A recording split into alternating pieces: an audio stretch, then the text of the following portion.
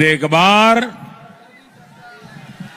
फिर एक बार फिर एक बार फिर एक बार आभार एक बार आभार एक बार आभार एक बार। साथियों, 24 के इस चुनाव में बंगाल में ये मेरी आखिरी सभा है। इसके बाद मैं उड़ीसा चला जाऊंगा। कल आखिरी दिन मैं पंजाब में बिताऊंगा। एक प्रकार से कल शाम को प्रचार पूरा हो जाएगा और उस अर्थ में बंगाल की ये मेरी 2024 के चुनाव की आखिरी सभा में इस पवित्र मिट्टी के दर्शन करने का मौका मिला है। आपके उत्साह और उमंग को अनुभव करने का मौका मिला है। 2024 का ये लोकसभा चुनाव कई मायनों में अलग है, अद्भुत है। ये चुनाव आगे बढ़कर के देश के राजनीतिक दल नहीं, देश के राजनेता नहीं, ये चुनाव कश्मीर से कन्याकुमारी, अटक से कटक देश की जनता ने उसकी बागडोर संभाली हुई है।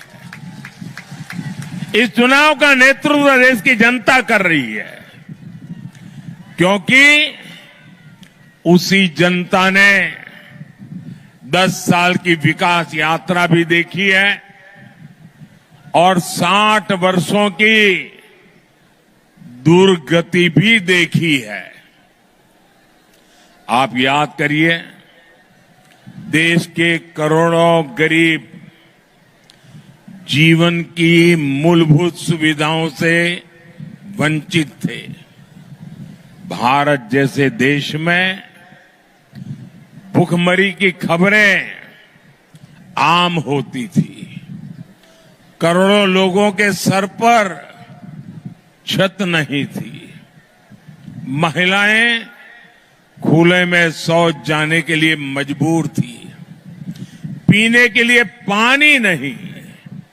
18,000 से ज्यादा गांवों में बिजली नहीं। उद्योगों के लिए संभावनाएं नहीं। ये तो एक दृश्य।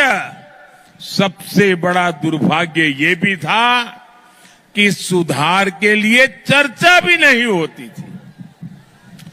परिवारवाद की राजनीति ने करोड़ों करोड़ युवाओं के सपने मार दिए थे।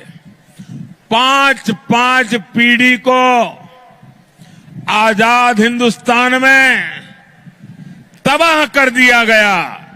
उनके सपनों को रौंद दिया गया। उनकी आशा आकांक्षाओं को मिट्टी में मिला दिया गया। जो देश हमारे साथ आजाद हुए थे, हमसे छोटे थे, सामान्य थे, वो आज कहां से कहां पहुंच गए। हमारे पास इतना टैलेंट, इतना स्किल का सामर्थ्य, युवा आबादी की बढ़त, लेकिन हम पीछे छूटते चले गए। वही भारत आज जब नई रफ्तार से आगे बढ़ रहा है तो पूरी दुनिया देख रही है। आज पूरी दुनिया में भारत का डंका बज रहा है। बज रहा है कि नहीं बज रहा है? आज दुनिया में भारत का डंका बज रहा है कि नहीं बज रहा है? अमेरिका में भारत का डंका बज रहा है। यूरोप में भारत का डंका बज रहा है। ऑस्ट्रेलिया में भारत का डंका बज रहा है। जापान में भारत का डंका बज रहा है। ये किसने किया? ये किसने किया? ये किसने किया? ये किसने किया? ये किसने किया?